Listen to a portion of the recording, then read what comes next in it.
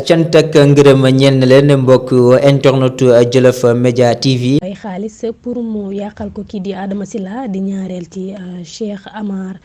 waaye nag Serigne Bada ba tey mi ngi xam ne si ay preuve ne buntu kër Wally Seck la ko woo ngir gën a mën a waxtaan ak moom ndax mënu ko woon wax par téléphone ragal peut-être lu fuité wala yu mel noonu Serigne Bada loolu la xam ne di wax kii di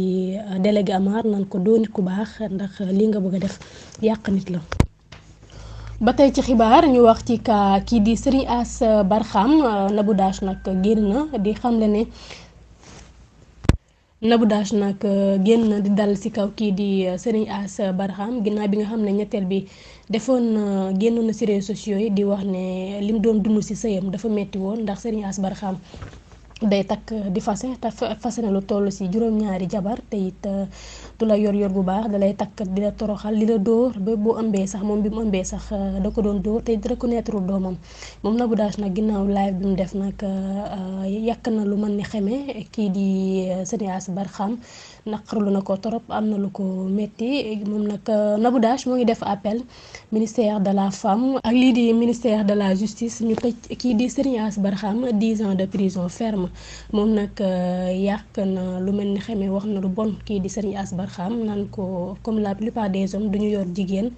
te dañoo war a jox cër ay jigéen ñi yàq na lu ma ne xamee kii di Serigne Ass Barham naan ko doo nit ku baax ndax li ngay wone bokkul ak ni nga mel dangay kaalawu te yaa gën a bon wax na ko lu ma ne xamee moom Nabou Dash ginnaaw bi nga xam ne moom Serigne Ass Barham mi ngi ci loxoy yoon jamono ji mi ngi naan nag jaruñu koy suturaal nañ ko weer. ba tey ci xibaar dañu dem nag seeti kii di Adji Mass moom nag interpellé nañ ko ci kaawu Zale Mbaye ak kii di Tické Laobé ginnaaw bi nga xamante ni nag Tické Laobé génn di traité Zale Mbaye de góor jigéen Zale tamit fayu naan ko caga nga seen problème boobu na ci réseaux sociaux yi def tole Adji Mass nag interpellé nañ ko ci moom Adji Mass muy xam ne loolu ñu def noonu amul sens te kum ci wax amul kenn koo xamante ne mi ngi ko ci conseil mbaa mi ngi ko ci wax dara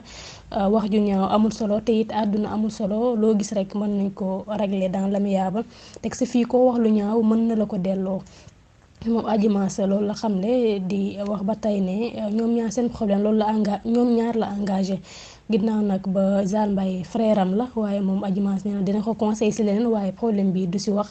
maanaam ñoom ñaar la engagé te it nañ xoolaat seen bopp ndax àdduna amul solo moom Adji Mass loolu la xam le interprété nañ ko tamit ci sëyam mi ngi xam ne day toog ba ci kanam duggagum léegi ni ci beneen sëy loolu la xam le mu ne day xaar